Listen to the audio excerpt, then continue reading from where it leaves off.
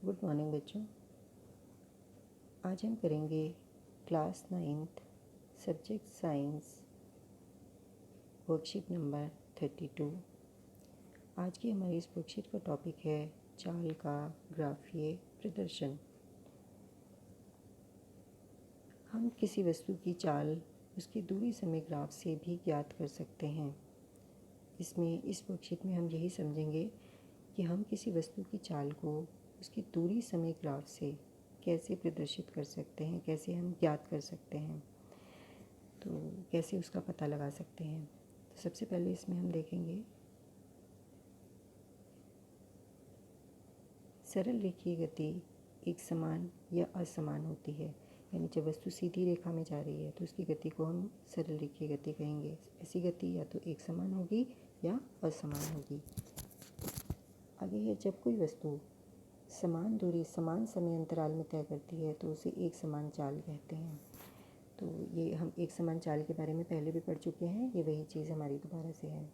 इस आगे है, चाल को दूरी समय ग्राफ के द्वारा प्रदर्शित किया जाता है।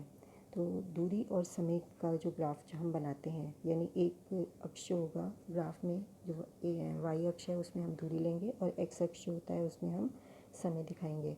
तो ऐसा ग्राफ जो बनता है उसमें हम वो ग्राफ जो है हमारा वस्तु की चाल दिखाता है। आगे है, किसी वस्तु की समान चाल का दूरी समय ग्राफ एक सीधी रेखा होता है। यहाँ देखिए, किसी वस्तु की चाल का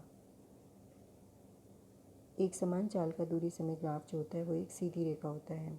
यानी अगर हम ऐसा ग्राफ बनाते हैं, इस अक्ष पर हम लेते हैं दूरी, इस अक्ष पर हम लेते हैं समय। तो अगर ये ग्राफ हमें ऐसे मिलता है सीधी रेखा, तो इसका मतलब है ये हमारा एक समान चाल का ग्राफ है। आगे है बच्चों, यहाँ पर जबकि असमान चाल का दूरी समय ग्राफ एक वक्र रेखा होता है। यानी अगर वस्तु का जो ग्राफ है, उसकी चाल को दिखाने वाला जो ग्राफ है, यहाँ पर हमने यह फिर से हम ले रहे हैं कि यहाँ से पर हमने ली दूरी और इस अक्ष पर हम लेंगे समय। अगर ये ग्राफ हमारा ऐसे बनेगा, वक्र रेखा बनेगा, तो इसका मतलब ये है ये हमारा जो ग्राफ है ये असमान चाल को दिखा रहा है। तो इसका मतलब ये जो सीधी रेखा वाला ग्राफ है वो हमारा एक समान चाल का ग्राफ है और वक्र रेखा वाला ग्राफ हमारा असमान चाल को दिखाता है। आगे है बच्चों, यहाँ देखिएगा, देखो दूरी समय ग्राफ में सीधी रेखा का ढाल जितना होगा उसकी चाल उतनी ही अधिक होगी। इसका मतलब ये है, यहाँ देखिए बच्चों, ये ग्राफ है, इस साइड पर हमने लेनी है दूरी, इस साइड पर हमने लिया समय। तो एक तो रेखा हमारी बनी, ये दूसरी रेखा हमारी ऐसी गई, तो ये दोनों ही सीधी रेखाएं हैं। ये हमारा मान लीजिए वस्तु ए जो है उसकी चाल दिखा रही है ये रेखा, और ये वस्तु बी की चाल दिखा रही है। तो इन दोनों में से किस ग्राफ का ढाल जो है वो ज़्यादा है? ये ए के लिए ढाल ये हो गया और बी के लिए ढाल जो है ग्राफ में ये हो गया। तो किसकी ढाल ज़्यादा है? ए की ढाल ज़्यादा है। तो इसका मतलब ये है ए जो है, वस्तु ए जो है उसकी चाल बी से अधिक है, क्योंकि उसका दूरी समय, वस्तु ए का जो दूरी समय ग्राफ है उसकी ढाल ज़्यादा है।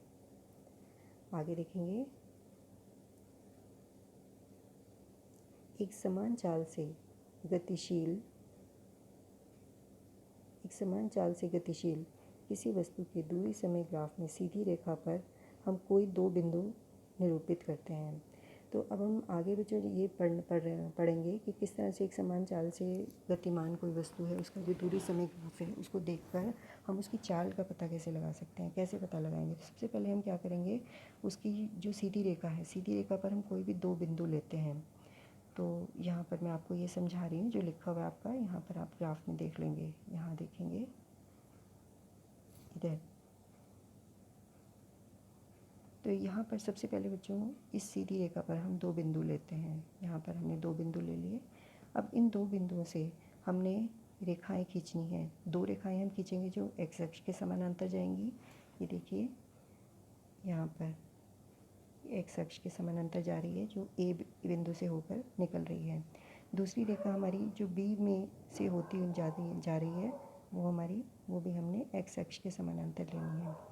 तो अब इसी तरीके से बच्चों यहाँ पर हम लेंगे, दो रेखाएं हमने खींचनी है जो कि वाई अक्ष के समानांतर जाएंगी और एक्स अक्ष पे जाके मिलती हैं। ये ए बिंदु से स्टार्ट हो रही है और ये हमारी बी बिंदु से स्टार्ट हो रही है। तो इस तरीके से बच्चों हम यहाँ पर हमें एक त्रिभुज मिल जाता है, ए, ये बी और सी। और यहाँ पर अगर हम देखेंगे, यहाँ पर हमें दो पॉइंट्स मिलते हैं इस वाई अक्ष पर। इसको हम बोलते हैं S1 और इसको बोलेंगे S2। इसी तरह से यहाँ पर भी दो पॉइंट्स हैं, इसको बोलेंगे T1 और इसको कहेंगे T2।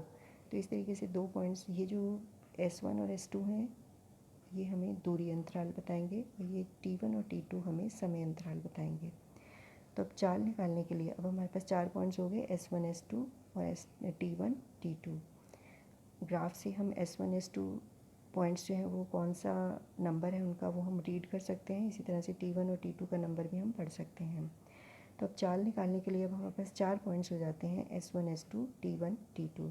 चाल निकालने के लिए बच्चों फॉर्मूला हमारा ये चलेगा, यहाँ पर ये देखेंगे, S2 minus S1 upon T2 minus T1। तो S2 माइनस S1 हमारा है 38 माइनस 28। ये दोनों वैल्यूज़ अगर हम देखेंगे इसमें, ये S2 हमारा 38 है ग्राफ में अगर हम पढ़ेंगे, और S1 हमारा 28 पे है। तो S2 माइनस S1 हो गया 38 minus 28 upon T2 minus T1। T2 minus T1 हो गया 56 माइनस 42। तो इन दोनों का आंसर निकालेंगे, 38 माइनस 28 वो हो जाएगा हमारा 10 और 56 माइनस 42 का आंसर हो जाएगा हमारा 14। तो 10 अपॉन 14 हो गया। 10 अपॉन 14 का आंसर हमारा आता है यहाँ पर 0.71 किलोमीटर प्रति मिनट। किलोमीटर प्रति मिनट जो है वो चाल का मात्रक बन जाएगा, क्योंकि दूरी हमारी किलोमीटर में दी हुई है और समय जो है वो हमारा मिनट में है। तो इस तरीके से बच्चों हम एक समान चाल का जो ग्राफ होता है उसको देखकर हम इसी फॉर्मूले से हम लोग जो है वस्तु की चाल को बता सकते हैं। अब आगे है वर्कशीट में आपका दिया हुआ है, यहाँ पर इधर देखेंगे, दिया गया दूरी समय ग्राफ किसी कार की स्थिति को दर्शाता है। यहाँ पर एक दूरी समय ग्राफ दिया हुआ है, ये वस्तु की स्थिति को कार की स्थिति को दर्शाता है कि कार जो है किस समय चल रही थी, किस समय विराम अवस्था में थी। जैसे यह कार A से B तक एक समान गति से चलती है।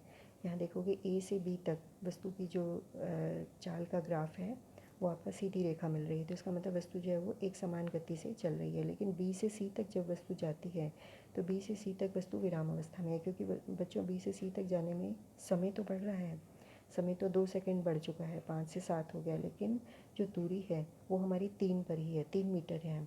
तो इसका मतलब B से C जो है, वस्तु B से C तक जब जाती है तो वस्तु विराम अवस्था में रहती है, और जब वस्तु C से D में तक जाती है तो वो फिर से एक समान, फिर से हमारा जो है वो हमें सीधी रेखा मिल रहा है। यहाँ पर ये देखिए C से D तक जा रहा है तो फिर से ये सीधी रेखा हमें मिल रही है।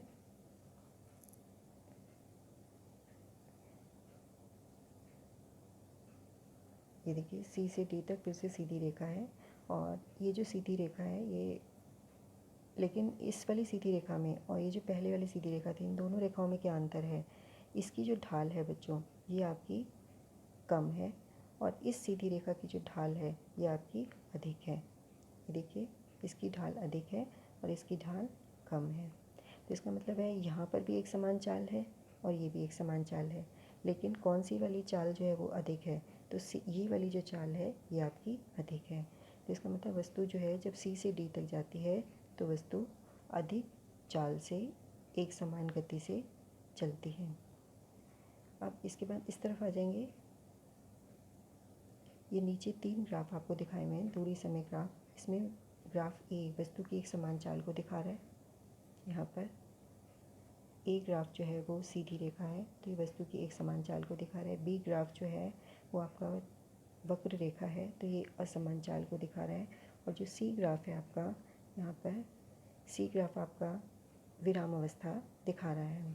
तो इस तरह से ये 3 अलग अलग तरह के ग्राफ है। पहला ग्राफ है एक समान चाल का, दूसरा ग्राफ आपका दूरी समय ग्राफ जो है वो असमान चाल का है, और तीसरा जो है वो आपका विराम अवस्था का ग्राफ है। इसके बाद हमारे बच्चों में प्रश्न उत्तर आ जाते हैं इस वर्कशीट के। पहला प्रश्न देखते हैं हम दिया गया दूरी समय ग्राफ एक कार की गति को दर्शाता है, इस कार की चाल ज्ञात करनी है। तो ये दूरी समय ग्राफ आपका दिया हुआ है, इसकी चाल ज्ञात करनी है। तो इसकी चाल को आप यहाँ पर मैंने किया हुआ है, पीछे से यहाँ से आप समझ सकते हैं इसकी चाल को कैसे ज्ञात करते हैं, ये आप ऊपर समझ चुके हैं। तो ये आपका यहाँ पर मैंने दिखाया हुआ है। तो यहाँ पर बच्चों ये जो ग्राफ आपका दिया हुआ है, इसमें कोई भी 2 पॉइंट्स आप यहाँ पर दूरी के लिए हमें S2 S1 चाहिए और T2 T1 चाहिए। तो यहाँ पर S2 S1 के लिए हम इस लाइन पर ये हमने 2 पॉइंट्स लिए हैं, कोई भी 2 पॉइंट्स आप बना सकते हैं। यहाँ पर मैंने ये वाले 2 पॉइंट्स बना लिए, इसको बना लिया यहाँ पर, देखिए इसको बना लिया S1 और इसको बना लिया S2। यानी S1 जो है वो 40 मीटर है और S2 जो है वो 50 मीटर है। इसी तरह से T1 और T2, ये T1 है और ये T2 है। T1 हमारा 4 सेकंड है और T2 हमारा 5 सेकंड है। तो इस तरह से हमें ये 4 पॉइंट्स लेने हैं। तो ये 4 पॉइंट्स लेने के बाद यहाँ पर हम जो फॉर्मूला अभी हमने पढ़ा है उस फॉर्मूले में हम ये वैल्यूज़ को रखेंगे। चाल बराबर S2 minus S1 upon T2 minus T1। तो ये S2 माइनस S1 हो गया 50 माइनस 40 और T2 माइनस T1 हो गया 5 माइनस 4।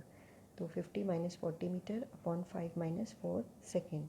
50 माइनस 40 का आंसर हो जाएगा 10 मीटर और 5 माइनस 4 का आंसर हो गया 1 सेकेंड। तो चाल बराबर होगी 10 मीटर अपॉन 1 सेकेंड।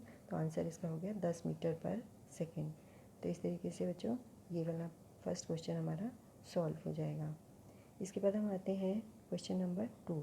एक समान चाल और असमान चाल में कोई 2 अंतर बताने हैं। तो यहाँ पर 2 अंतर आप यहाँ पर पढ़े भी हैं आपने, दोबारा से यहाँ पर आप देख सकते हैं कि एक समान चाल और असमान चाल में 2 अंतर क्या है। पहला अंतर है, एक समान चाल में समान समय अंतराल में वस्तु समान दूरी तय करती है। और फर्स्ट पॉइंट असमान चाल में क्या हो जाएगा कि वस्तु समान समय अंतराल में असमान दूरी तय करती है। सेकंड पॉइंट है दूरी समय ग्राफ। एक समान चाल में दूरी समय ग्राफ जो है वो एक सीधी रेखा होता है और असमान चाल का दूरी समय ग्राफ जो है वो एक वक्र रेखा होता है। तो नीचे यहाँ पर ये ग्राफ बनाकर भी आपको दिखाया हुआ है कि ये एक समान चाल का ग्राफ है और ये असमान चाल का ग्राफ है। तो इस तरह से बच्चों ये 2 पॉइंट्स आप यहाँ पर एक समान चाल और असमान चाल के अंतर में लिख सकते हैं। नेक्स्ट क्वेश्चन देखते हैं। क्वेश्चन नंबर 3, किसी वस्तु की गति को निम्न अवस्थाओं में उसका दूरी समय ग्राफ दिखाना है। वस्तु विराम अवस्था में है और असमान चाल से गतिशील वस्तु है।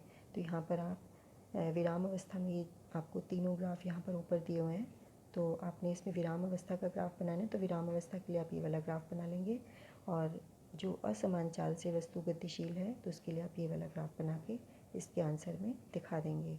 उसके बाद है दूरी समय ग्राफ का ढाल क्या दर्शाता है। क्वेश्चन नंबर 4 है दूरी समय ग्राफ का ढाल क्या दर्शाता है।